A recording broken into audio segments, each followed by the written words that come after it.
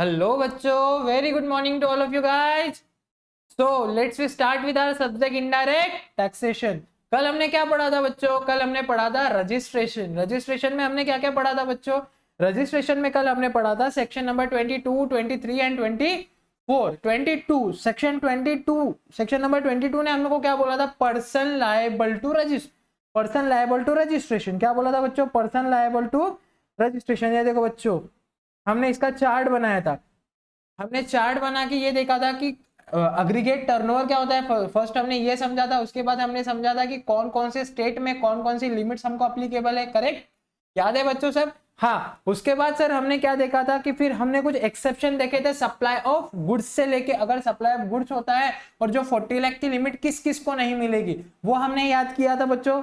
याद आ रहा है आपको? यस. उसके बाद हमने क्या देखा था बच्चों? उसके बाद हमने देखा था बच्चों एजेंट और प्रिंसिपल के केस में क्या होगा और जॉब वर्कर के केस में क्या होगा. यस बच्चों, यस. उसके बाद हमने क्या देखा?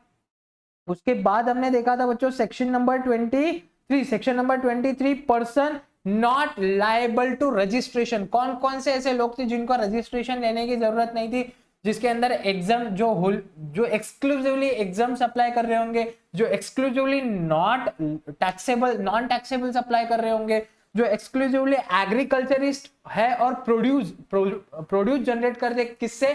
कल्टीवेशन ऑफ लैंड से. लेकिन सर उसके अंदर हमको ये बताइए एग्रीकल्चरिस्ट में कौन हो सकता है? एक तो इंडिविजुअल या तो HUF, बस ये दो ही हो सकते हैं. ये सर. उसके बाद में और एक दिया था सर, अगर गवर्नमेंट नोटिफिकेशन के जरिए किसी को एग्जाम करती है तो उनको रजिस्ट्रेशन लेने की जरूरत नहीं है. ऐसा किसी को किया है क्या अभी तक के गवर्नमेंट ने नोटिफाई? यस सर, किया है. किसको? RCM वालों को. Yes sir. उसके बाद सर हमने देखा था सेक्शन नंबर 24. सेक्शन नंबर 24 बच्चों देखो चार्ट से सब रिवाइज हो रहा है ना आपका? हाँ सर. कंपलसरी रजिस्ट्रेशन किस किस को रिक्वायर्ड है? इसके अंदर सर नियर अबाउट हमने 10 से 12 लोग देखे थे जिनको कंपलसरीली हमको रजिस्ट्रेशन कराना था.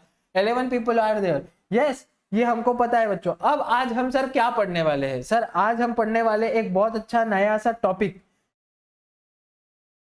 यस बच्चों, आज हम देखेंगे रजिस्ट्रेशन की प्रोसीजर. ठीक बच्चों, रजिस्ट्रेशन की प्रोसीजर. सर रजिस्ट्रेशन तो आपने बता दिया कि हमको रजिस्ट्रेशन किस किस को करना है, किसको नहीं करना है. हम सर एक प्रॉपर वे में जा रहे हैं, प्रॉपर फॉर्मेट में जा रहे हैं. अब सर हम देखेंगे प्रोसीजर फॉर रजिस्ट्रेशन. सर किस किस को रजिस्ट्रेशन लेना है ये तो हमने देख लिया, किसको रजिस्ट्रेशन नहीं लेना है ये भी देख लिया. सर रजिस्ट्रेशन की प्रोसीजर कुछ तो होगी. क्या सर हम भी रजिस्ट्रेशन कर पाएंगे? हमको पता है सर, हमारे पास अगर कोई क्लाइंट आता है सर और वो कहता है कि सर हमको GST का रजिस्ट्रेशन लेना है, क्या आप हमको हेल्प कर सकते हो? तो सर हाँ, आप लोग क्या करोगे? तो सर आपको सबसे पहले मैं एक बात बता दूं, GST का अगर रजिस्ट्रेशन आपको करना है तो उसकी साइट है www.gst.gov.in. कौन सी साइट है बच्चों? www.gst.gov.in. यस बच्चों, ये साइट के ऊपर जब आप लोग जाएंगे तो अभी अपन लोग जाएंगे भी वो साइट पे, और वो साइट पे हम लोग देखेंगे भी कि क्या क्या प्रोसीजर कैसे हम कर सकते हैं. यस बच्चों, चलो.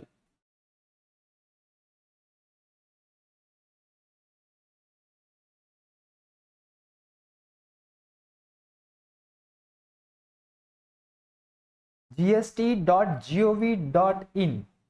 ये देखो बच्चों हमारी साइट ओपन हो गई GST की. जितने इतने दिन से हम लोग GST कर रहे हैं, लेकिन क्या हमने देख लिया आज ये साइट कैसी है. ठीक है बच्चों, देखो बच्चों यहाँ पे होम का ऑप्शन है.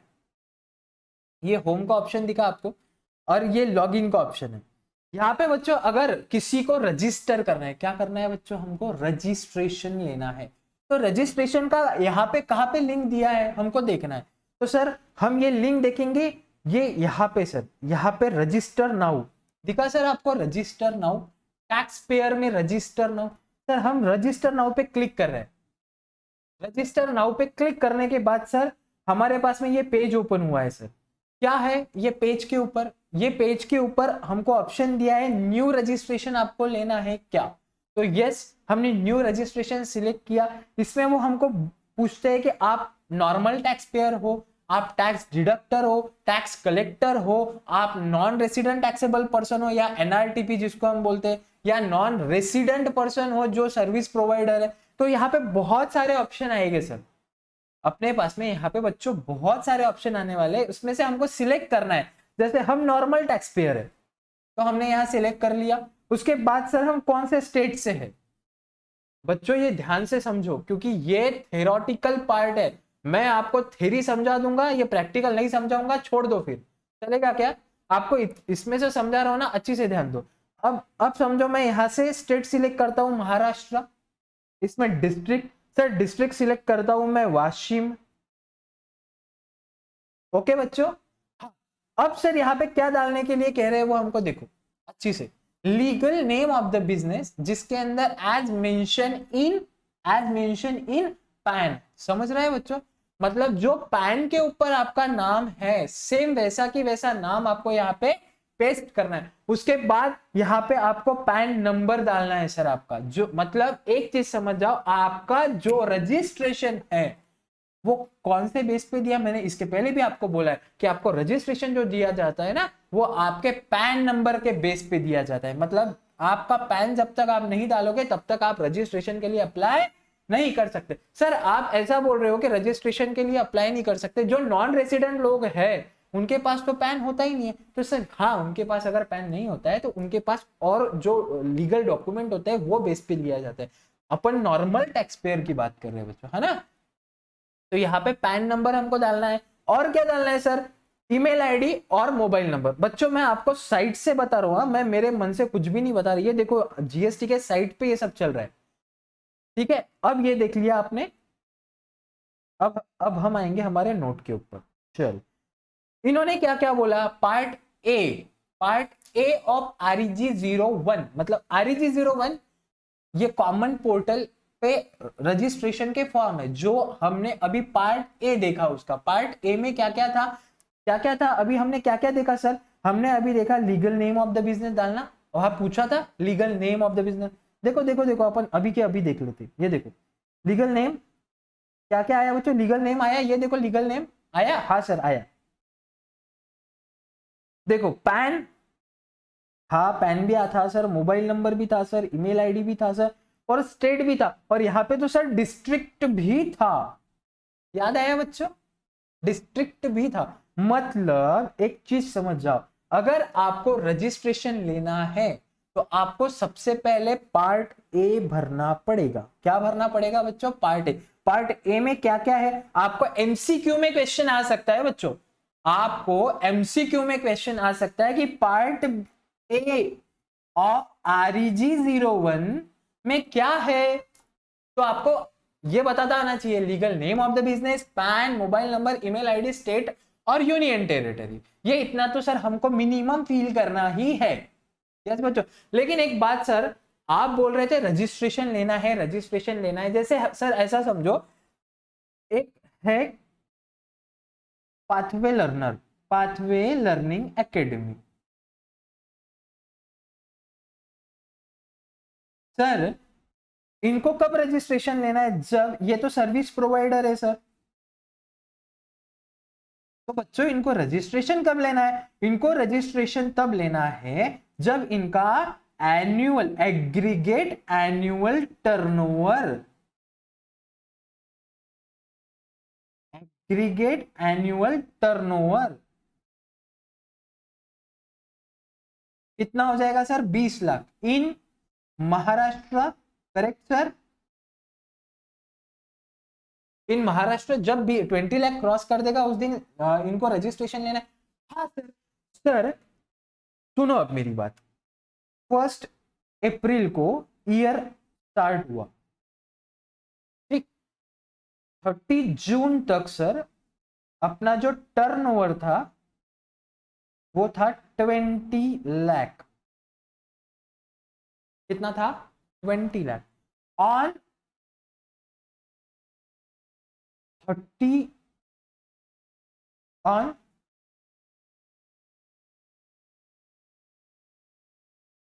1 जुलाई इनका टर्नओवर क्रॉस हो गया सर 20 लाख से ऊपर, करेक्ट बच्चों। देखो 1 अप्रैल से बिजनेस स्टार्ट किया था, हमारा टर्नओवर होते गया, पहले अप्रैल मंथ के अंदर हमारा टर्नओवर 10 लाख हुआ, फिर मई मंथ के अंदर हमारा टर्नओवर 5 लाख हुआ, फिर जून मंथ के अंदर हमारा टर्नओवर और 5 लाख हुआ। ऐसा करते करते सर अपना टर्नओवर जो है वो जून मंथ के एंड में 20 लाख हो गया था, मतलब 1 जुलाई को 20 लाख का टर्नओवर क्रॉस हो गया था। सर रजिस्ट्रेशन कब लेना है? जैसे सर कुछ तो टाइम लिमिट होगा ना सर, कि जिस दिन अपन ने जिस दिन अपने टर्नओवर क्रॉस कर दिया एग्जैक्टली उसी दिन सर रजिस्ट्रेशन ले लूंगा क्या मैं? प्रैक्टिकली पॉसिबल है क्या? चलो सर एक बात समझ लो, 1 जुलाई को मेरा टर्नओवर क्रॉस हो गया, उस दिन मैंने एप्लीकेशन कर दिया फॉर रजिस्ट्रेशन, तो सर उसी दिन मेरे को रजिस्ट्रेशन आ भी जाएगा क्या, मिल भी जाएगा क्या उसी के दिन, उस एट द सेम डे? बिल्कुल प्रैक्टिकली पॉसिबल नहीं है, क्योंकि ये प्रोसीजर ऐसी है बच्चों, जब भी कभी अपना टर्नओवर क्रॉस हो जाता है अबोव एग्रीगेट टर्नओवर, तो उस दिन अब उस दिन से लेके 30 डेज के अंदर, कितने सर? 30 डेज, बहुत इंपॉर्टेंट है, एमसीक्यू में क्वेश्चन आ सकता है क्या? 30 डेज के अंदर, मतलब 30 डेज के अंदर अपने को अप्लाई करना है फॉर रजिस्ट्रेशन। कब से? देखो बच्चों, every person who is liable to be registered shall apply for registration within 30 days from the date on which become liable to registration before applying for registration. Declare क्या करना है? ये सारे document part A में करना है on common portal. Common portal मतलब GST portal. कौन सा पोर्टल? GST portal. समझा? यस सर, बहुत अच्छे से समझा। कितने दिन में, मतलब ये एग्जाम्पल के अंदर 30 जुलाई तक हमको अप्लाई कर देना है फॉर रजिस्ट्रेशन। हाँ बच्चों, 30 डेज के अंदर अंदर हमको अप्लाई करना है और ठीक है सर, हम अप्लाई कर देंगे। चलो सर, हमने पार्ट ए भर दिया, आपने जैसे बोला था ना सर हमको, हमने पार्ट ए फिल कर दिया। अब क्या बोल रहे सर ये? अब ये बोल रहे sir applicant should submit part B of form REG 01 duly signed along with document specified in the said form at the common portal। ये क्या है सर? पार्ट ए तो आपने बोल दिया, अब पार्ट बी क्या है? देखो बच्चों समझ लो, अपने को मैं आपको अभी लगे तो बाइफरगेट कर देता हूँ। देखो कॉमन पोर्टल रजिस्ट्रेशन के लिए जब भी अप्लाई करना है, फर्स्ट REG 01 के अंदर पार्ट ए फिल करो, फिर REG 01 के अंदर ही पार्ट बी फिल करो। पार्ट ए के अंदर क्या होएगा? पार्ट ए के अंदर अपना होगा सर फर्स्ट लीगल नेम, फिर होगा सर पैन, फिर क्या होगा सर ईमेल, फिर क्या होगा सर मोबाइल नंबर, फिर क्या होगा सर, क्या होगा? बोलो बोलो बच्चों। उसके बाद होगा स्टेट और यूनियन टेरिटरी आपको सिलेक्ट करना है, और आप यहाँ पे डिस्ट्रिक्ट भी डाल सकते हो। ठीक बच्चों? हाँ, इतनी सब चीजें अपने को पार्ट ए में भरनी है। तो सर पार्ट बी में कई भरना है, क्या भरना है अपने को पार्ट बी में? पार्ट बी में देखो बच्चों, अब अपने को क्या भरना है, अब आएंगे हम पार्ट बी में। ठीक बच्चों, ये देखो पार्ट बी। ये सर ये बच्चों मैं आपको जीएसटी के पोर्टल से यहाँ पे बता रहा हूँ कि जीएसटी के पोर्टल से ही बता रहा हूँ आपको कि अपने को क्या क्या पार्ट ए और पार्ट बी में भरना है। ठीक है बच्चों? Yes sir, register with GST. Okay, applying for registration, normal taxpayer, part B applying for part registration part. ये देखो बच्चों, ये पार्ट बी, इसका यूजर मैनुअल देखेंगे। देखो तो कैसे हम पार्ट बी के लिए अप्लाई करेंगे। पार्ट बी के अंदर सबसे फर्स्ट, जब भी कभी आप ये सारी डिटेल फिल करोगे, क्या क्या फिल करोगे बच्चों? सबसे पहले आपने फिल क्या किया था? देखो कौन? आई एम टैक्स पेयर, फिर उसके बाद में स्टेट, फिर हमने डिस्ट्रिक्ट, फिर legal name, pan number, email ID, mobile number, ये सब आपने डाल दिया। वो सब डालने के बाद में क्या होगा सर? आपका जो ईमेल और मोबाइल नंबर है वो वेरीफाई होगा। बच्चों ये प्रोसीजर आपको कोई ऐसे नहीं पढ़ाने वाला, मैं आपको 1-to-1 बेसिस पे सब कुछ पढ़ा रहा हूँ, प्लीज ध्यान से सुनो, ठीक है। फिर अपने को क्या डालना है सर, इसमें मोबाइल नंबर और ईमेल का जो ओटीपी हमको आएगा, वो ओटीपी 1 टाइम पासवर्ड हमको इस पे डाल के प्रोसीड करना है। ये प्रोसीड हो जाने के बाद हमको एक टीआरएन नंबर जनरेट होता है बच्चों। क्या होता है? टीआरएन नंबर जनरेट होगा। ये टीआरएन नंबर होगा बच्चों, ये यहाँ पे देखो, ये टीआरएन नंबर हो गया। ये टीआरएन नंबर जनरेट होगा और ये बोलेगा कि आप पार्ट बी की इंफॉर्मेशन 15 डेज के अंदर फिल करो। देखो देखो देखो, साइट बता रही है बच्चों, ये कौन बोल रहा है? साइट। मतलब हमको ये चीज समझ में आ गई कि हमको पार्ट बी की जो इंफॉर्मेशन है वो कितने दिन में फिल करनी है?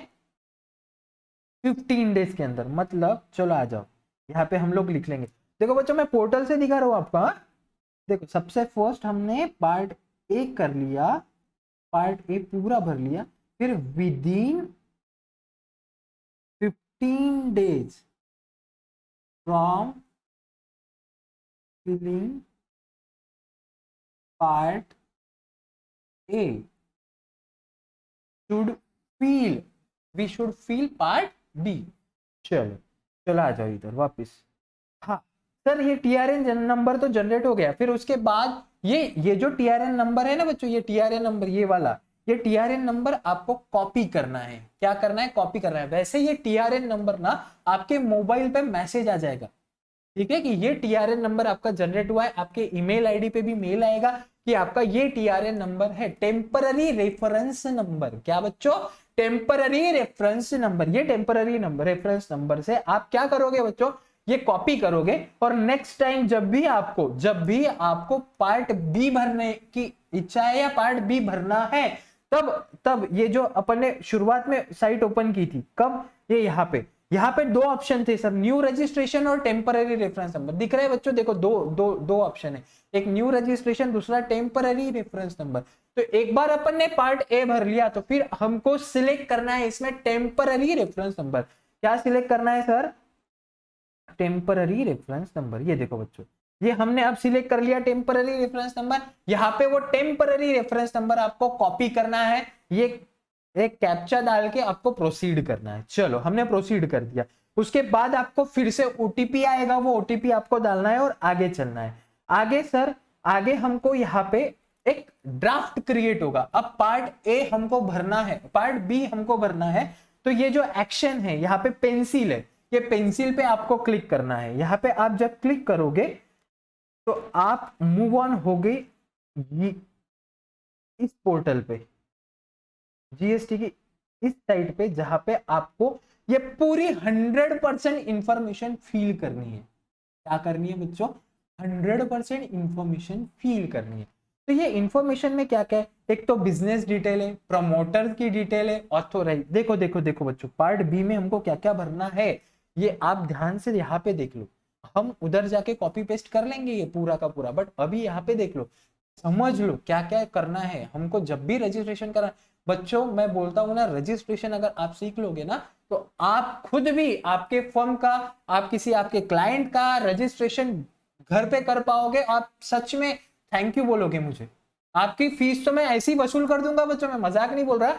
ये आपसे मैं जो फीस ले रहा हूँ ना, ये फीस कुछ भी नहीं है, क्योंकि आपको, आप एक रजिस्ट्रेशन करोगे तो उसका ही आपको 3000 से 5000 रुपीज आ जाएगा। तो ये बात तो सीखने जैसी है ना हमको, तो सीख लो। चलो ध्यान से सीखो। प्रैक्टिकली भी पढ़ा रहा हूँ, इसलिए पढ़ा रहा हूँ बच्चों क्योंकि ये आपको फ्यूचर में काम आने वाला है। मैं, हाँ, आपको अगर एग्जाम पॉइंट ऑफ व्यू बता दूं ना तो फिर तो आपको एक 5 मिनट में मैं बता दूं कि बच्चों ऐसा ऐसा ऐसा ऐसा है, बट आपको मैं डिटेल में पढ़ा रहा हूँ इसलिए क्योंकि आपको याद रहना चाहिए कि नहीं यार सर ने हमको बहुत अच्छे से पढ़ाया है। अच्छा चलो, सो फर्स्ट पॉइंट हमको क्या भरना है? Business details. ये देखो बच्चों, ये यहाँ पे बिजनेस डिटेल्स दिखा आपको, बिजनेस डिटेल दिखा। First point business detail. Business detail में आपको क्या क्या भरना है? आपको सबसे पहले ही क्वेश्चन पूछ लिया जाता, क्या आप कंपोजिशन के लिए ऑप्ट करना चाहते हो? कंपोजिशन क्या है सर? कंपोजिशन हम बाद में देखेंगे, ठीक बच्चों, बट मैं आपको याद दिलाऊंगा कंपोजिशन जब हम पढ़ेंगे तब आपको याद दिलाऊंगा। देखो कंपोजिशन के लिए एक चीज अभी ध्यान में आ गई कि पार्ट ए भरने के बाद ही आप नॉर्मल टैक्स पेयर के इससे ही कर पाओगे, ठीक बच्चों। हाँ, चलो आपने यहाँ पे ऑप्ट कर लिया, उसके बाद में आपको पूछा जाएगा आप मैन्युफैक्चरर हो क्या, आप शेड्यूल 6(2) के अंदर आते हो क्या, या आप कंपोजिशन लेवी के अंदर आते हो क्या। फिर आपको यहाँ पे देना पड़ेगा यस और नो। उसके बाद आपको यहाँ पे और एक क्वेश्चन पूछा जाएगा, क्या आप सीटीपी याद है बच्चों, सीटीपी, क्या आप सीटीपी के लिए अप्लाई करना चाहते हो, यस और नो। अगर हाँ तो फिर ये डिटेल सब भरिए और टैक्स पे कीजिए। मैंने आपको पहले ही बोला था एडवांस टैक्स है, एडवांस टैक्स, याद आ रहा। क्या बात है सर, पूरा लिंक हो रहा है, देखो। हाँ बच्चों समझो, आपको कब से रजिस्ट्रेशन रिक्वायर है, आफ्टर 5 डेज या after 10 days, but minimum 5 days पहले आपको क्या करना है, रजिस्ट्रेशन के लिए अप्लाई करना है। हाँ सर मैं यहाँ पे सीटीपी के लिए अगर अप्लाई करता हूं तो मैं आपको यहाँ पे एस करूंगा, उसके बाद सर मैं यहाँ पे डेट अप्लाई करूंगा कि कब से मुझे रजिस्ट्रेशन चाहिए, और मैं सर यहाँ पे टैक्स लाइबिलिटी जो भी मेरे को लगती है कि ये मेरे 3 मंथ का, जब मैं बिजनेस में वहां पे जाके कुछ बिजनेस करूंगा और उतना मेरा टैक्स आएगा, तो आपको क्या करना है, वो आज ही पूरा का पूरा टैक्स पे करना है एडवांस बेसिस पे, और वो मैं चालान जनरेट करके यहां से पहले ही पे करूंगा। समझ रहे हो बच्चों, क्या बात है सर, ठीक है सर। हाँ यहां तक की बात हो गई। एक है सर इनपुट सर्विस डिस्ट्रीब्यूटर, वो बाद में देखेंगे हम लोग। तो चलो बच्चों जल्दी आओ, जल्दी जल्दी, नीचे नीचे नीचे नीचे। हाँ सर अब हम बिजनेस डिटेल भरने जा रहे हैं। क्या भरने जा रहे हैं sir, detail, business detail. Business detail में हमको क्या क्या देना है सर, बिजनेस डिटेल में सबसे पहले तो मैं बोलता legal name of the business, आपका जो पैन पे नाम था वो तो आ गया, अब आपको ट्रेड नेम देना है। ट्रेड नेम मतलब आपको क्या, जैसे sir legal name of the business, जब भी कभी मेरे को पैन के लिए अप्लाई करना था, क्या करना था, सॉरी जीएसटी के लिए अप्लाई करना था, तो आपको जो नाम डालना था वो एज पर पैन डालना था। मतलब आपका पैन नंबर और पैन नेम, पैन के ऊपर जो नाम था वो आपका लीगल नेम आया। बट ट्रेड नेम क्या है, जैसे कृष्णा गट्टानी, कृष्णा गट्टानी तो हुआ legal name, but trade name क्या है, पाथवे लर्निंग एकेडमी, मतलब यहां पे आएगा ट्रेड नेम में pathway learning academy. Okay sir. Constitution of business, constitution of business यहाँ पे आपको सिलेक्ट करना है कौन से स्टेट से आप बिलोंग करते हो, और उसके नहीं, कॉन्स्टिट्यूशन ऑफ बिजनेस इसमें आपको सिलेक्ट करना है आपकी पार्टनरशिप फॉर्म है, प्रोप्राइटरशिप है, कंपनी है क्या, आपका कॉन्स्टिट्यूशन क्या है बिजनेस का, ठीक। उसके बाद में आपको डिस्ट्रिक्ट सिलेक्ट करना है। उसके बाद आपको यहाँ पे ऑप्शन दिया गया था कि आपको CTP as a CTP registration करना है या एज ए कंपोजिशन करना है या नहीं करना है, ठीक है। फिर आपको पूछा जाता है बच्चों आप क्यों रजिस्ट्रेशन लेना चाहते हो, वॉलेंटरी बेसिस पे लेना चाहते हो, कंपलसरी बेसिस पे आपको रजिस्ट्रेशन लेने की जरूरत पड़ रही है क्या, ये सब चीजें आपको पूछी जाती है। फिर आपको पूछा जाता है date of commencement of business, और फिर पूछा जाता है कि आपकी लाइबिलिटी कब अराइज हुई रजिस्ट्रेशन लेने की, जैसा कि हमने ये केस में देखा था। कहां पे, यहाँ पे क्या देखा था, यहाँ पे आपकी लाइबिलिटी अराइज कब हुई थी रजिस्ट्रेशन लेने की, 1 जुलाई को। कब हुई थी, 1 जुलाई को। और आप अप्लाई कब कर रहे हो, 30 जुलाई को या 25 जुलाई को, कभी भी कर सकते हो ना सर, 1 मंथ के अंदर। ऐसा नहीं है कि आप 1 मंथ के बाद भी करते हो, बहुत बार ऐसा होता है, बट करना नहीं चाहिए। टैक्स लीगली आपको 30 डेज के अंदर अप्लाई करना है। अगर नहीं करते हो तो उसके क्या कॉन्सिक्वेंसेस है वो हम बाद में देखेंगे। चल तो हम 25 जुलाई को अप्लाई करते हैं, ठीक है। तो फिर आपको ये क्या पूछता है, आपकी लाइबिलिटी कब अराइज हुई, है ना, और आपका बिजनेस कब स्टार्ट हुआ था। बिजनेस तो हो सकता है सर 2 साल पहले शुरू किया हो, बट हमको रजिस्ट्रेशन लेने की जरूरत ही नहीं पड़ी हो, तो ऐसा भी चल सकता है ना। हाँ सर चल सकता है, चलो बढ़िया। फिर आपको वो पूछते हैं कि आपका और कहीं पे एग्जिस्टिंग रजिस्ट्रेशन है क्या, जैसे कि हमारे महाराष्ट्र के अंदर शॉप एक्ट लेना मैंडेटरी है, तो आपका जो शॉप एक्ट का रजिस्ट्रेशन है, बहुत से ऐसे बिजनेस है जहां पे फूड लाइसेंस लेना पड़ता, तो फूड लाइसेंस रजिस्ट्रेशन नंबर, तो आपके पास में जो भी रजिस्ट्रेशन है वो आपको यहाँ पे पुट करना पड़ता है। और आपके पास अगर कुछ भी नहीं है तो आपने जो टीआरएन नंबर जनरेट हुआ था, कौन सा, टेम्पररी रेफरेंस नंबर, आप वो आईडी यहाँ पे डाल के सेव एंड कंटिन्यू आपको करना है। जब तक आप ये पूरी इंफॉर्मेशन जो रेड में दी गई है वो पूरी की पूरी इंफॉर्मेशन जब तक फिल नहीं करते हो तब तक आप आगे की प्रोसीजर में नहीं जा सकते, ठीक है बच्चों। हाँ जैसा कि अब हमने बिजनेस डिटेल पूरी भर दी, ठीक है, अब हमने बिजनेस डिटेल पूरी भर दी, अब हम भरने वाले प्रमोटर की डिटेल, प्रोप्राइटर की डिटेल, मतलब जो पर्सन, प्रमोटर, पार्टनर की डिटेल, जो इंसान खुद बिजनेस करने वाला है उसकी डिटेल। उसके अंदर जैसे आ जाएगा बच्चों, अगर यहाँ पे नेम है, यहाँ पे इन्होंने एग्जांपल लिया है, हम ऐसा समझेंगे यहाँ पे कृष्णा गट्टानी आ जाएगा, जिसके अंदर फिर उसके बाद उनके फादर का नेम, उनका डेट ऑफ बर्थ, उनका mobile number, email ID, male है या फीमेल है, डेजिग्नेशन क्या रहेगा, उनका पार्टनर है, प्रोप्राइटर है क्या है, और उनका रेसिडेंशियल एड्रेस। ये सब चीजें हमने फिल कर दी। ये फिल करने के बाद सर आपको फोटोग्राफ अटैच करनी है, क्योंकि जीएसटी डिपार्टमेंट वालों को भी पता होना चाहिए ना कि हम किसको रजिस्ट्रेशन दे रहे हैं, तो आपको आपका फोटो अपलोड करना है। ये सर आपका फोटोग्राफ प्रॉपर एक फॉर्मेट के अंदर होना चाहिए, वो 100 KB से अंदर होना चाहिए। चलो सर हमने ये कर लिया। उसके बाद में ऐसा भी हो सकता है कि बहुत बार जो पर्सन प्रमोटर है वही ऑथोराइज सिग्नेटरी भी होगा, मतलब वही साइन करेगा सारे डॉक्यूमेंट के ऊपर। अगर ऐसा है तो आप यहाँ पे उसको यस सिलेक्ट कर लीजिए। ओके हाँ सर, आगे नीचे आइए। उसके बाद हमको क्या डालना है, प्रोप्राइटर की पर्सनल डिटेल। ऊपर हमने प्रोप्राइटर की डिटेल डाली थी, मतलब बिजनेस का कौन प्रोप्राइटर है, और यहाँ पे उसकी पर्सनल डिटेल आएगी। ठीक है, यहाँ पे भी एड्रेस आएगा, उसका फोटोग्राफ आ गया है। चलो बच्चों उसके बाद बच्चों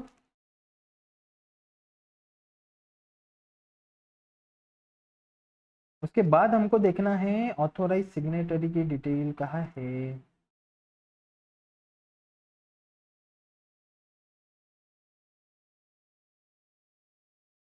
हाँ, फिर भरना है हमको ऑथोराइज सिग्नेटरी की डिटेल। अगर ये प्राइमरी ऑथोराइज सिग्नेटरी है तो हम लोगों को ये पूरी डिटेल भरना है। क्या भरना है बच्चों, उसके अंदर ऑथोराइज सिग्नेटरी अगर कोई अलग होगा, मतलब Krishna Gattani is not an authorise signatory over here, तो हमको क्या करना है बच्चों, यहाँ पे हमको जो भी ऑथोराइज सिग्नेटरी होगा उसका नाम, उनका एड्रेस, उनका डेट ऑफ बर्थ, उनका डिजिग्नेशन, और उनका भी खुद का सब, उनका एड्रेस, उनका ऑथोराइज सिग्नेटरी अगर है तो एक कंसेंट लेटर, मतलब उस पर लिखा हुआ होना चाहिए। मतलब अगर in the case of company है तो आपको बोर्ड ऑफ डायरेक्टर्स की साइन के साथ में ऐसा लिख के लेना चाहिए कि this person will be the authorise signatory of our company, ऐसा हमको लिख के लेना है। और पूरे बोर्ड ऑफ डायरेक्टर जो भी होंगे, जो मेन बोर्ड ऑफ डायरेक्टर है, उनकी साइन लेके उसको यहाँ पे सबमिट करना है। यहाँ पे ये फाइल यहाँ पे अपलोड करनी है। उसके बाद उनका फोटोग्राफ यहाँ पे अपलोड करना है। ऑथोराइज सिग्नेटरी आपने डिटेल डालने के बाद आपको प्लेस ऑफ बिजनेस की डिटेल डालना है कि आपका बिजनेस का जो प्लेस है वो कहाँ पे, कंपलसरी आपको प्लेस ऑफ बिजनेस डालना है। प्लेस ऑफ बिजनेस डालते वक्त आपके पास में सर यहाँ पे ऑप्शन आएगा, आपको प्रूफ क्या देना है। तो यहाँ पे प्रूफ में आपके पास में बहुत सारे ऑप्शन है, जैसे आप इलेक्ट्रिसिटी बिल, अगर रेंट पे है तो रेंट एग्रीमेंट, ऐसी बहुत सारी चीजें हैं जो आपको यहाँ पे अपलोड करने का ऑप्शन दिया है। जैसे म्युनिसिपल टैक्स आप जो पे करते हो उसकी कॉपी आप यहाँ पे as a proof of business attach कर सकते हो। और फिर आपको बोलना है कि आपका बिजनेस रिटेल बिजनेस है, होलसेल बिजनेस है, लीजिंग बिजनेस है, कौन सा बिजनेस का टाइप क्या है, इंपोर्ट एक्सपोर्ट का है या वेयर हाउसिंग का है, किस चीज से रिलेटेड आपका बिजनेस है, यहाँ पे आपको सिलेक्ट करना है। और उसके बाद में आपको सेव एंड कंटिन्यू करना है। और कोई आपका एडिशनल प्लेस ऑफ बिजनेस होगा तो यहाँ पे यस करके उसमें भी आपको सेम डिटेल भरनी है। यस बच्चों चलो उसके बाद क्या होएगा सर, चलो एडिशनल प्लेस ऑफ बिजनेस है और एक एडिशनल प्लेस ऑफ बिजनेस है, तो यहाँ पे एडिशनल प्लेस ऑफ बिजनेस भी आपको अपलोड करनी है। उसके बाद क्या आएगा, हाँ सर उसके बाद आएगा गुड्स एंड सर्विसेज। सर बहुत स्पेसिफिक आपको समझा देता हूँ मैं ये चीज। जीएसटी जब रजिस्ट्रेशन होता है तब ही वो आपको पूछ लेते कि आप कौन कौन से गुड्स और सर्विसेज के अंदर क्या करने वाले हो, डील करने वाले हो, बिजनेस करने वाले हो। यहाँ पे गुड्स और सर्विसेज मैंने आपको बोला था HSN कोड है, HSN कोड आपको बताया था, याद है? हाँ क्या है सर, HSN कोड आपने बोला तो था। यस सर, HSN कोड जो कोड रहते हैं वो स्पेसिफिकली इस चीज के लिए कि आप कौन से गुड्स के अंदर, आप कौन से गुड्स और सर्विसेज के अंदर डील करते हो, ये आपको डालना है। तो आपको ये कोड सिलेक्ट करने पड़ते हैं। यस बच्चों, ये देखो बच्चों, ये HSN चैप्टर बाय नेम और कोड है, मतलब 5208 वूवन फैब्रिक्स ऑफ कॉटन है। तो जैसे ऐसे आप जिस गुड्स के अंदर डील करने वाले हो उसके HSN कोड आपको अपलोड करना है यहाँ पे, ठीक है। और सर्विस के अंदर SAC कोड। ओके बच्चों, यस ये कोड आपने एक बार अपलोड कर दिए, उसके बाद सर आप समझ लो 100% आपका जो वर्किंग है वो कंप्लीट हो गया। इसके बाद सर आपका अगर कोई पीटीईसी नंबर मतलब प्रोफेशनल टैक्स का कोई नंबर होगा तो वो आपको यहाँ डालना है, और नहीं है तो कोई बात नहीं, ये मैंडेटरी नहीं है। उसके बाद ये एक मैंडेटरी प्रोविजन है जिसके ऊपर ध्यान से आपको गौर करना है। क्या सर? आधार ऑथेंटिकेशन। आपको कंपलसरी आधार ऑथेंटिकेशन करना है। कब? अगर अगस्त 2020 के बाद आप कोई भी रजिस्ट्रेशन लेते हो तो उसके अंदर आपको, जब भी आप रजिस्ट्रेशन के लिए अप्लाई करते हो तो आपको ऑप्ट करना है रजिस्टर आधार ऑथेंटिकेशन के लिए। आपके पास में दो ऑप्शन है, एक तो आप ऑप्ट कर सकते हो या तो नहीं कर सकते, बट मैंडेटरीली अभी तो मैंडेटरी हो गया है कि आपको आधार ऑथेंटिकेशन करना ही है। आप आधार ऑथेंटिकेशन मतलब क्या? यहाँ पे आपको आधार नंबर जो आपका प्रमोटर या पार्टनर है उस या ऑथोराइज सिग्नेटरी है उसका आधार नंबर अपलोड करना है। उनका मोबाइल नंबर जो भी होगा आधार से कनेक्टेड, उस मोबाइल नंबर पे ओटीपी जाएगा, और ये जो ईमेल आईडी हमने अपलोड की है वो ईमेल आईडी के ऊपर एक लिंक जाएगी। वो लिंक कैसी होगी सर? आप हमको दिखा सकते हो क्या? हाँ बच्चों, वो लिंक मैं आपको दिखा सकता हूँ, लेकिन यहाँ नहीं होगा वो। हाँ, वो लिंक आपको जाएगी और वो लिंक के अंदर आपको क्लिक करना है। वो क्लिक करने के बाद आपका आधार नंबर जिससे लिंक के मोबाइल नंबर पे उस पर ओटीपी आएगा, वो ओटीपी आपको अपलोड, वो ओटीपी आपको उस पर डालना है और प्रोसीड करना है। वो प्रोसीड करने से क्या होगा बच्चों? आपका आधार से जीएसटी रजिस्ट्रेशन लिंक हो जाएगा। ये क्यों जरूरत पड़ी बच्चों? ये आधार ऑथेंटिकेशन करने की जरूरत क्यों पड़ी? ये जरूरत इसलिए भी पड़ी क्योंकि बच्चों इतने सारे फ्रॉड होने लग गए थे कि लोग जीएसटी रजिस्ट्रेशन तो ले लेते थे, गलत आधार नंबर बनाना कोई बहुत बड़ी बात नहीं है, गलत पैन नंबर बनाना कोई बहुत बड़ी बात नहीं है, क्योंकि पैन नंबर बनाने में कुछ भी डिटेल नहीं लगती थी। हाँ, आधार नंबर लेना है तो आपका थंब लगता जरूर है, करेक्ट है। तो पैन नंबर तो लोग ले लेते थे और पैन नंबर लेकर जीएसटी रजिस्ट्रेशन ले लेते थे, और फेक जीएसटी रजिस्ट्रेशन लेके बहुत सारी फेक कंपनी जनरेट कर ली, जिससे मतलब 1000 और करोड़ का फ्रॉड किया। मतलब क्या किया इन्होंने? रिफंड लिया जीएसटी का। उस टाइम पे उतनी स्ट्रिंजेंट पॉलिसीज भी नहीं थी गवर्नमेंट की, बट उसके बाद उन्होंने कंपल्स, और बच्चों कैसा है, उन्होंने रिफंड ले भी लिया, बाद में पता चल भी गया, लेकिन गवर्नमेंट किसी को पकड़ नहीं पाई क्योंकि पैन नंबर जिसका था वो पर्सन ही एग्जिस्टेंस में ही नहीं था। तो क्या करती थी गवर्नमेंट? तो उसके लिए फिर उन्होंने आधार ऑथेंटिकेशन लाया, जहां पे आपको आधार ऑथेंटिकेशन करने के बाद आपकी सारी डिटेल ओके हो गई, आपने पूरी डिटेल फिल करने के बाद आपको वेरिफिकेशन के ये बॉक्स पे क्लिक करना है और आपको सबमिट विथ डीएससी या तो ईवीसी इलेक्ट्रॉनिक वेरिफिकेशन कोड आपको आएगा, जो कोड आपको यहाँ पे अपलोड करके आपको साइन करना, मतलब ये साइन हो जाएगा और ये आपका सबमिट हो जाएगा। सर क्या हो जाएगा? सबमिट, आपका एप्लीकेशन सबमिट हो जाएगा, जिसको हम पार्ट बी बोलते हैं। आरईजी 01 का पार्ट बी बोलते हैं। और पार्ट बी ये बच्चों आधार ओटीपी से आपको सबमिट करना है, और ये पूरा ओटीपी वेरिफिकेशन होने के बाद में आपको ऐसा मैसेज आएगा, आपको मैसेज आएगा कि आपको 7 डेज के अंदर अंदर आपको रजिस्ट्रेशन दे दिया जाएगा, अगर पूरी डिटेल ओके है तो। आप समझ गए बच्चों किस तरीके से रजिस्ट्रेशन किया जाता है? बहुत अच्छी से समझा, करेक्ट बच्चों? चलो बढ़िया। सर ऐसा तो किसी ने नहीं पढ़ाया आज तक, सच में मैं बोल रहा हूँ, आप कोई भी सर को देख लो, किसी ने इतना डिटेल में नहीं लिया है। मैं आपको पूरा साइट से बताया हूँ कि आपको कैसे रजिस्ट्रेशन के लिए अप्लाई करना है। एक 15-20 मिनट की है सर ये रिकॉर्डिंग, अगर आप देखोगे ना बच्चों तो एक 20 मिनट की रिकॉर्डिंग है, बट ये 20 मिनट बहुत इंपॉर्टेंट है, मतलब फॉर कंसीडरेशन, क्योंकि हमको भी कंसीडरेशन मिलेगा ना बच्चों, इसका कुछ ना कुछ तो मिलेगा। यस, क्योंकि हम भी रजिस्ट्रेशन करेंगे, आपने बताया तो बिल्कुल बिल्कुल बच्चों आप करोगे। तो अब तो हमने देख लिया रजिस्ट्रेशन, आपको एक्नॉलेजमेंट जनरेट होगा आरईजी 02 के अंदर। चलो ये बात एक है, जैसे ही आपने आरईजी 01 का पार्ट ए और पार्ट बी दोनों सबमिट कर दिया, आपका आरईजी 02 जनरेट हो जाएगा, that is an acknowledgement of application. और उसके बाद में 3 डेज के अंदर, कितने वर्किंग डे? 3 वर्किंग डेज के अंदर, सॉरी बच्चों, कितने डेज के अंदर? 3 वर्किंग डेज के अंदर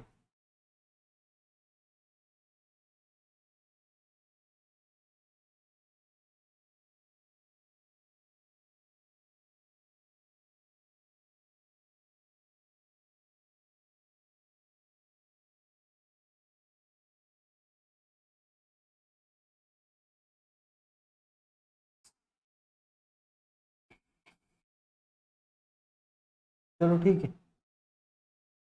तो 3 वर्किंग डेज के अंदर हम लोगों को क्या करना है बच्चों? 3 वर्किंग डेज के अंदर प्रॉपर ऑफिसर, सुनो सुनो सुनो, proper officer shall approve the registration within 3 working days from the date of submission. मतलब 3 दिन के within 3 days from submission proper officer को अप्रूव करना है। मतलब 2 ऑप्शन है, एक तो अप्रूव भी कर सकते या तो रिजेक्ट भी कर सकते। सर रिजेक्ट क्यों करेंगे? क्या है बच्चों, बहुत बार ऐसे हो जाता है कि कुछ डिटेल आपने जो अपलोड की, जैसे कि आपको बोला था इलेक्ट्रिसिटी का बिल अपलोड करने, बराबर है बच्चों, for proof of principal place of business. आपने वो जो एड्रेस अपलोड किया वो एड्रेस कोई गलत एड्रेस अपलोड कर दिया, या कोई गलत इलेक्ट्रिसिटी का बिल अपलोड कर दिया, या आपने 3 साल पुराना इलेक्ट्रिसिटी का बिल अपलोड कर दिया, तो नहीं चलेगा।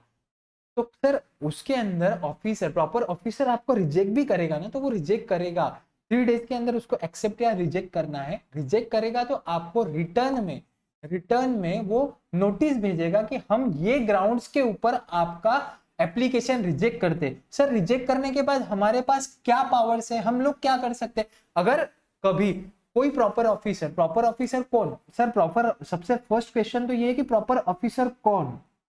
Who will be the proper officer? Proper officer कौन होगा?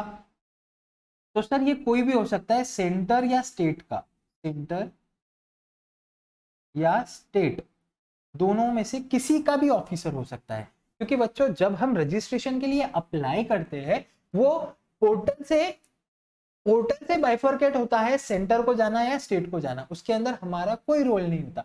तो वो स्टेट के ऑफिसर के पास भी जा सकता है, या सेंटर के ऑफिसर के पास भी जा सकता है, या स्टेट के ऑफिसर के पास भी जा सकता है। फिर वो उनके पास पावर है, वो अप्रूव करे या रिजेक्ट करे। अगर रिजेक्ट करते हैं तो उनको डिटेल देना पड़ेगा, उन्होंने क्यों रिजेक्ट किया, और रिजेक्ट करने के बाद में हमको वो जो भी रिजेक्शन के ग्राउंड्स है वो ग्राउंड के ऊपर आपको पावर दिया गया है कि आप उसके अंदर जो भी ग्राउंड से रिजेक्ट किया है वो ग्राउंड, मतलब वो पूरे के पूरे डिटेल आप उनको प्रॉपरली वापस से फिल करके अमेंड करके उनको सबमिट कीजिए।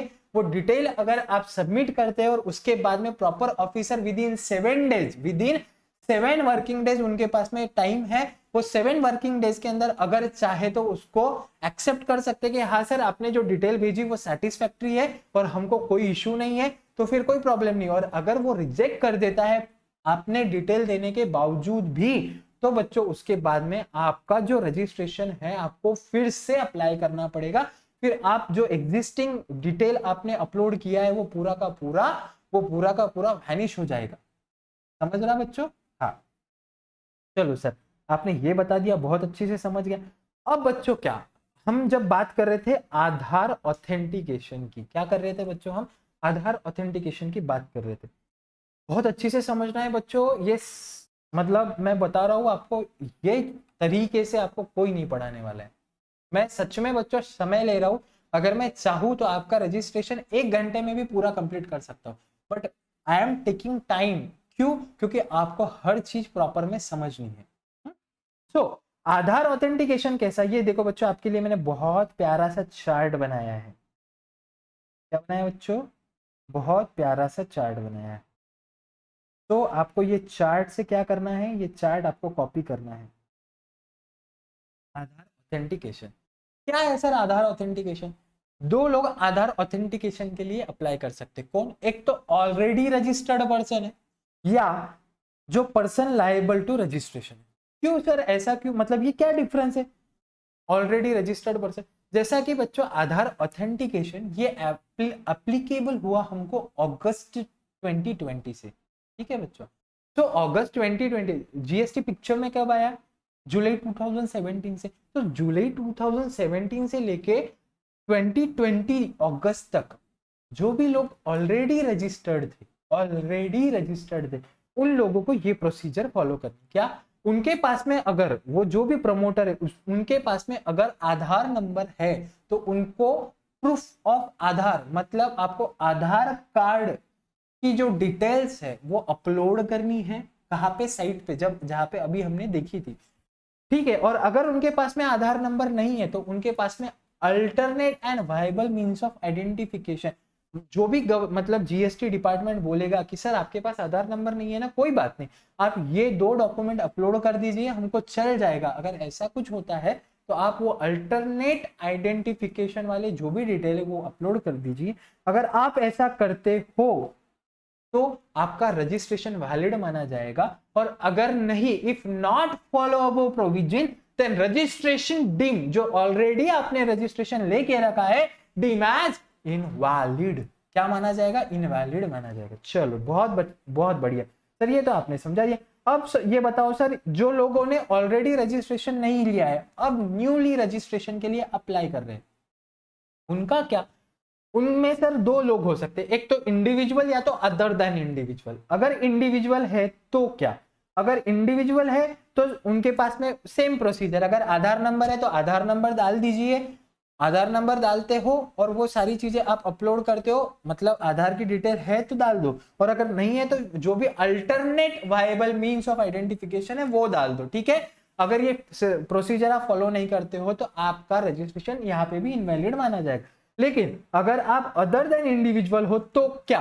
तो एचयूएफ के केस में कर्ता का आधार नंबर लेना पड़ेगा, कंपनी के केस में एमडी मैनेजिंग डायरेक्टर या होल टाइम डायरेक्टर जो भी होगा उनका आधार नंबर लिया जाएगा, फर्म है तो फर्म के केस में पार्टनर का आधार नंबर लिया जाएगा, एओपी है तो एसोसिएशन ऑफ पर्संस के केस में मेंबर ऑफ मैनेजिंग कमिटी, जो भी मैनेज कर रहा है वो कमेटी को, उसका लिया जाएगा, ट्रस्ट के केस में बोर्ड ऑफ ट्रस्टीज का आधार नंबर लिया जाएगा, या इन केस में ये लोग भी नहीं है तो फिर ऑथोराइज रिप्रेजेंटेटिव या ऑथोराइज सिग्नेटरी इनके जो भी रहेंगे उनका भी आधार नंबर हम लोग अपलोड कर सकते हैं। सेम प्रोसीजर है, आधार नंबर अपलोड कीजिए, आधार नंबर नहीं है तो कोई अल्टरनेट वायबल मींस जो भी आपको चाहिए वो आप अपलोड कर दीजिए। अगर आप ऐसा नहीं करते हो तो आपका रजिस्ट्रेशन इनवैलिड माना जाए।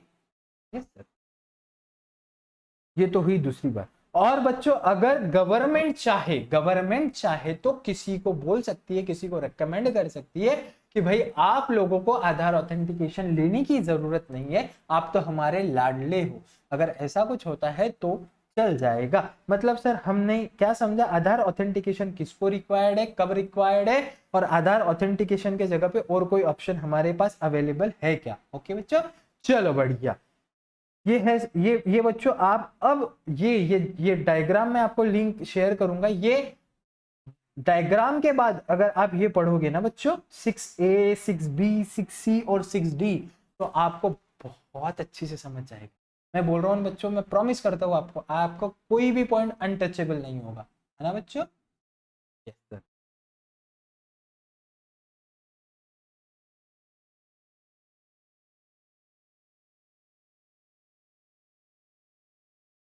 हाँ, तो उसके बाद क्या? उसके बाद बच्चों रूल 8 के लिए भी मैंने बहुत अच्छी से आपके लिए और एक डायग्राम बनाई है। ये भी डायग्राम आपको बहुत अच्छे से यूज आने वाली है। सर आधार वेरिफिकेशन की प्रोसीजर क्या है? मतलब जैसा कि ऐसा समझो बच्चों, मैंने आधार नंबर वहां पे अपलोड कर दिया। अब आधार नंबर मैंने अपलोड किया कब? जब रजिस्ट्रेशन कर रहा था तब। 2 ऑप्शन हो सकते, जब मैं ऑप्ट करूं, मतलब जब मैं रजिस्ट्रेशन ले रहा हूं तब मैं ऑप्ट करूं फॉर आधार ऑथेंटिकेशन, या मैं ऑप्ट नहीं करूं फॉर आधार ऑथेंटिकेशन। मेरे पास में 2 ऑप्शन है, क्योंकि मेरे पास में एक तो आधार नंबर मेरे को है बट फिर भी मेरे को ऑप्ट नहीं करना है, तो 2 ऑप्शन है आपके। ऐसा मैंडेटरी नहीं है कि आप ऑप्ट कीजिए, ठीक है, ठीक है। फिर ऑप्ट अगर आप करते हो तो आप 15 डेज के अंदर अंदर, कब से Aadhaar authentication done within 15 days from part A भरने के बाद 15 डेज के अंदर अंदर आपको पार्ट बी भरना पड़ता। और पार्ट बी जब आपको भरना है तो आपको आधार ऑथेंटिकेशन ऑप्ट करना है विद इन 15 डेज। कब से? आपने सबमिशन करने के बाद में पार्ट बी। मतलब समझा नहीं सर, समझा नहीं, एक बार वापस बताओ। आपने पार्ट ए भर दिया पूरा, फिर पार्ट बी फिल किया, पार्ट बी जब फिल किया तब आपने वहां पे जब वो टिक मार्क था वहां पे टिक किया, काय के लिए? आधार ऑथेंटिकेशन के लिए यस किया। यस करने के बाद में आपने पूरा का पूरा पार्ट बी अपलोड ओटीपी के थ्रू ओके कर दिया, पूरा फाइल कर दिया। उसके बाद में सर आपको लिंक आई किसकी? आधार ऑथेंटिकेशन की, आपके ईमेल आईडी के ऊपर। लेकिन आपने 15 डेज तक आपने आधार ऑथेंटिकेशन किया या नहीं किया, यहां पे बात है। तो आपने अगर 15 डेज के अंदर अंदर आधार ऑथेंटिकेशन कर लिया तो आपकी date of submission of application कब माना जाएगा? जिस दिन आपने ऑथेंटिकेट कर लिया आपका आधार। समझा नहीं? वापिस बोलिए सर, हम नहीं समझ पा रहे आप क्या बोलना चाहते। हम ये बोलना चाहते हैं कि आपका रजिस्ट्रेशन फॉर एप्लीकेशन कब माना जाएगा पता है? जिस दिन आप आधार के लिए ऑथेंटिकेशन कर लोगे। आधार ऑथेंटिकेशन कर लोगे मतलब क्या सर? जिस दिन आपका जो ईमेल आईडी पे लिंक आई है आधार ऑथेंटिकेशन की, उस पे आप टिक करके, उस पे क्लिक करके आप जब आधार नंबर, आधार का जो ओटीपी आएगा वो जब आप पुट करोगे और वो जब आप सबमिट करोगे, जिस दिन आपने सबमिट किया वो डेट मानी जाएगी date of submission of application for registration. और उसके 3 डेज के बाद, मतलब उसके बाद में 3 वर्किंग डेज के अंदर अंदर आपको रजिस्ट्रेशन इशू कर दिया जाएगा। समझ गए बच्चों? 100%। मतलब प्रॉपर ऑफिसर का काम शुरू ही नहीं होता। कब तक शुरू नहीं होता? जब तक आप आधार ऑथेंटिकेशन नहीं करते। चलो ये एक हुआ। लेकिन सर मैंने क्या किया था, ऑप्ट तो कर लिया था। क्या ऑप्ट कर लिया था आधार ऑथेंटिकेशन के लिए, बट हुआ ऐसा कि कुछ रीजन की वजह से मुझे ईमेल आया, बट मैंने सर आधार ऑथेंटिकेशन किया ही नहीं। मतलब वो लिंक पे क्लिक नहीं किया, ना ही उस पे ओटीपी सबमिट किया, ना ही वो मतलब आधार ऑथेंटिकेट किया। तो अब क्या सर, अब क्या होगा मेरे साथ? तो अगर आप 15 डेज के अंदर ये कुछ भी नहीं करते हो तो आपका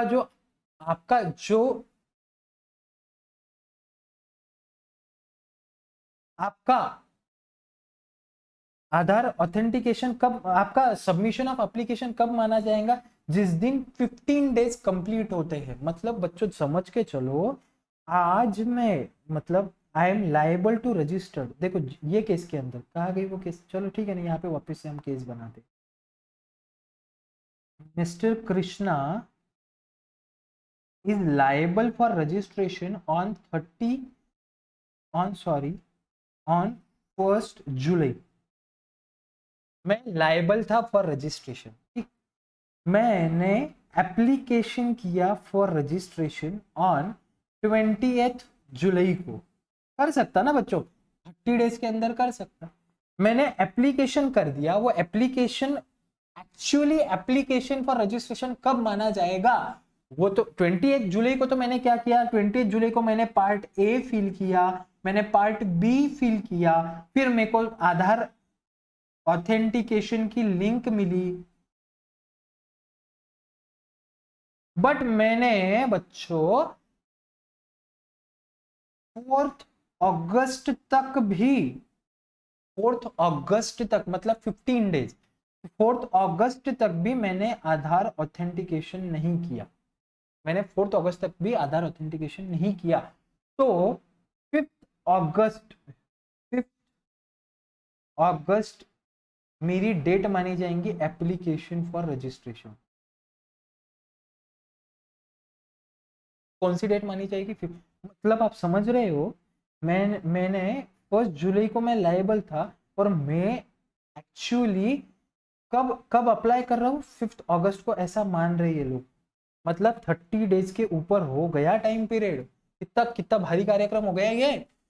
मैं तो 28 को ही अप्लाई कर दिया, बट 28 इन्होंने पकड़ा नहीं। इनका बोलना था कि अगर आप 15 डेज में अप्लाई, 15 डेज में आधार ऑथेंटिकेट कर लेते हो। कब? जब आपने ऑप्ट किया है तो। किसकी बात चल रही है? ऑप्ट किया है तो की बात चल रही।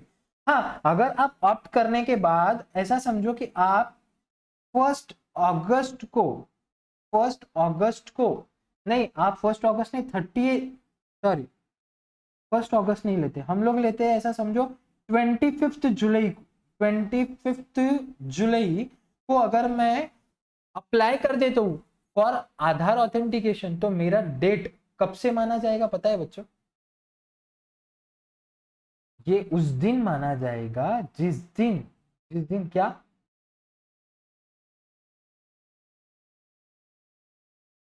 Date of authentication of Aadhaar number. मतलब जिस दिन आपका आधार ऑथेंटिकेट हो जाएगा वो डेट मानी जाएगी।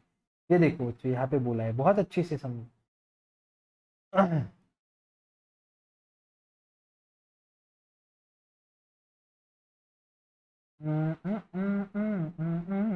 हाँ, if we opt for Aadhaar authentication shall be while submitting the application, authentication of Aadhaar number and date of submission of application in such a case shall be the date of authentication of Aadhaar number. Shall be the date authentication of Aadhaar number or 15 days from the submission of application in part B. चलो बढ़िया, whichever is earlier.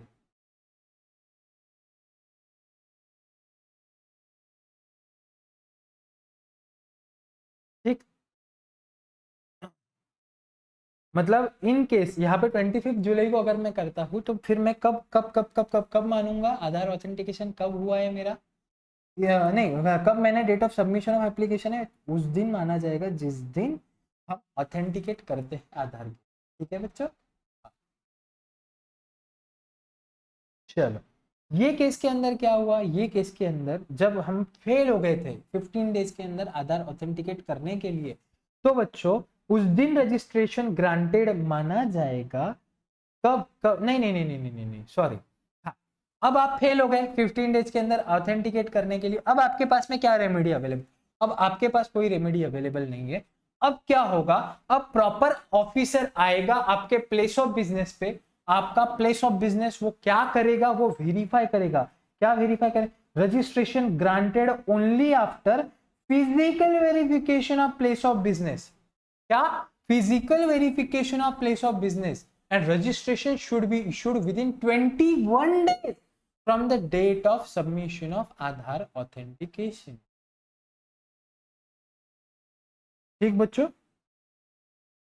ये देखो यहाँ पे दिया गया है, ये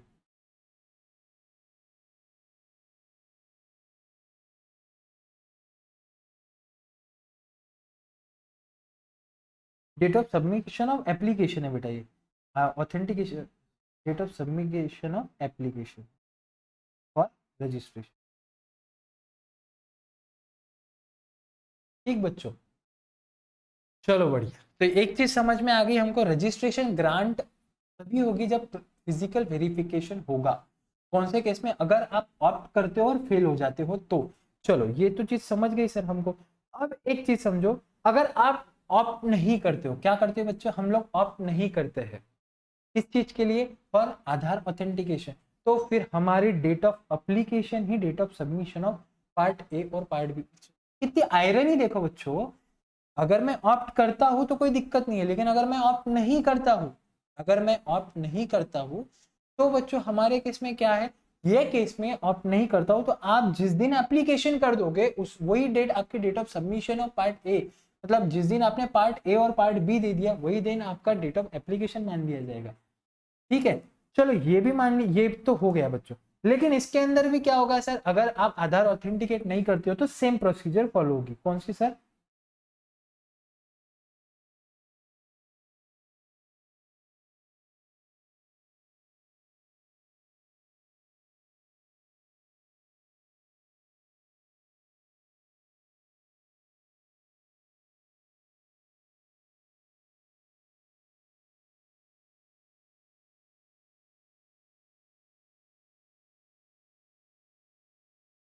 ठीक है बच्चों। सो सेम प्रोसीजर फॉलो होगी, यही रजिस्ट्रेशन तभी ग्रांट होगा अगर आपका फिजिकल वेरिफिकेशन होगा, और वो जो फिजिकल वेरिफिकेशन होता है वो 21 डेज के, मतलब फिजिकल वेरिफिकेशन होने के बाद में ही आपको रजिस्ट्रेशन ग्रांट किया जाएगा, और आपके एप्लीकेशन के 21 डेज के अंदर अंदर आपको रजिस्ट्रेशन ग्रांट कर दिया। ठीक है बच्चों, हाँ सर बहुत अच्छे से समझ में आया।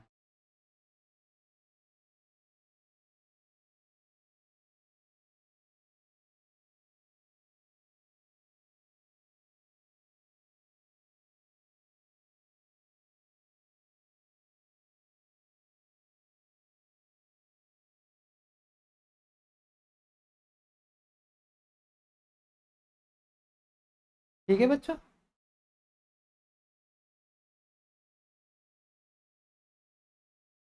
तो आपको ये वाला भी चार्ट ड्रॉ करना है। हाँ बच्चों, चल बढ़िया, तो अभी हमने क्या क्या देखा, आधार ऑथेंटिकेशन बहुत अच्छे से समझ लिया। अब मैंने ये केस में, अच्छा ये दोनों भी केस में अपने को ये अप्लीकेबल होगा, कौन सा बच्चों, अगर अगर आप कोई भी डिटेल, कौन सी डिटेल सर, आपको जो डिटेल आपने पार्ट ए और पार्ट बी में फाइल की और वो अगर प्रॉपर ऑफिसर को वो एक्सेप्ट करता है या रिजेक्ट करता है, दो दो उसके पास में क्या है, ऑप्शंस है। ये यहाँ पे कहाँ पे गया बच्चों वो, ये देखो, हमने यहाँ किया था ये, हाँ, नहीं तो मैं आपको एक प्रोसीजर बता ही देता हूँ पूरी अच्छी से। देखो, सबसे फर्स्ट क्या हुआ था, सबसे फर्स्ट हमने पार्ट ए फिल किया, फिर पार्ट बी फिल किया, फिर आधार ऑथेंटिकेशन किया, या तो क्या हुआ, फिजिकल वेरिफिकेशन हुआ। इन नटशेल ले लेता हूँ बच्चों, हाँ, चलो, फिजिकल वेरिफिकेशन हुआ। अगर ये दोनों भी होने के बाद में आपको एक तो 3 डेज या तो 21 डेज में रजिस्ट्रेशन मिल जाना चाहिए। हाँ बच्चों, चलो, बट बट ये होने से पहले ही प्रॉपर ऑफिसर, प्रॉपर ऑफिसर कौन है, ये आपने सबमिट करने के बाद में जो भी प्रॉपर ऑफिसर होगा, एक तो सेंटर का होगा या स्टेट का होगा, ठीक है, वो सेटिस्फाइड है तो एक्सेप्ट करेगा, नॉट सेटिस्फाइड तो रिजेक्ट करेगा, है ना बच्चों। सेटिस्फाइड है तो एक्सेप्ट करेगा, नॉट सेटिस्फाइड है तो रिजेक्ट करेगा। अगर अगर अगर अगर अगर अगर रिजेक्ट करता है तो विदिन 7 वर्किंग डेज में हमको रिप्लाई करना है, विदिन 7 वर्किंग डेज में हमको रिप्लाई करना है। और after reply within 7 working days में, after reply, sorry,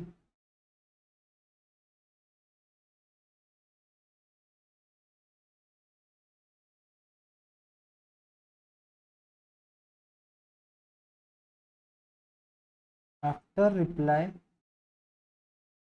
within 7 working days, या तो ऑफिसर,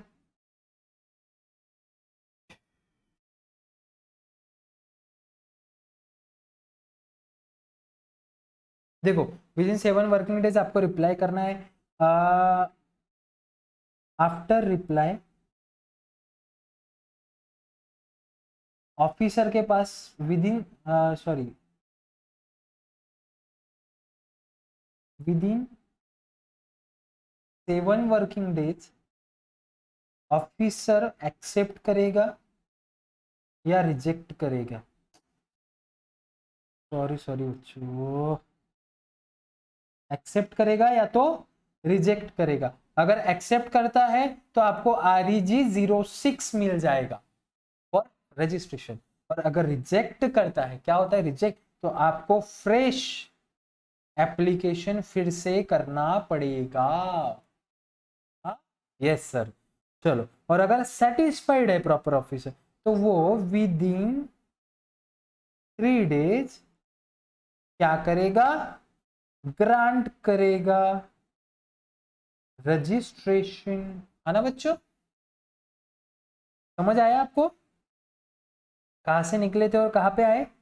सबसे पहले पार्ट ए फिल किया, पार्ट बी फिल किया, फिर आधार ऑथेंटिकेशन किया, फिर प्रॉपर ऑफिसर के पास में वो डिटेल जाने के बाद वो सेटिस्फाइड हुआ, सेटिस्फाइड नहीं हुआ, सेटिस्फाई हुआ, एक्सेप्ट किया, with in 3 working days grant कर दिया रजिस्ट्रेशन, सेटिस्फाइड नहीं हुआ, रिजेक्ट कर दिया। 7 डेज के पास में, 7 डेज के अंदर अंदर मुझे रिप्लाई देना था, मैंने रिप्लाई दिया, फिर उसके बाद में अगर यहाँ पे ही मैं रिप्लाई नहीं देता हूँ विद इन 7 वर्किंग डेज तो भी रिजेक्ट हो जाएगा, तो भी रिजेक्ट हो जाएगा, ठीक है।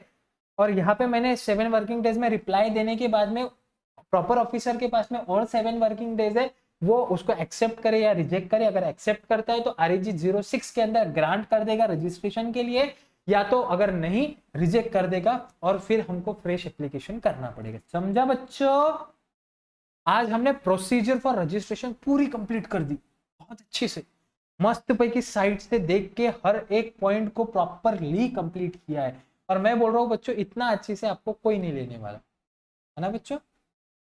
चलो बहुत बढ़िया।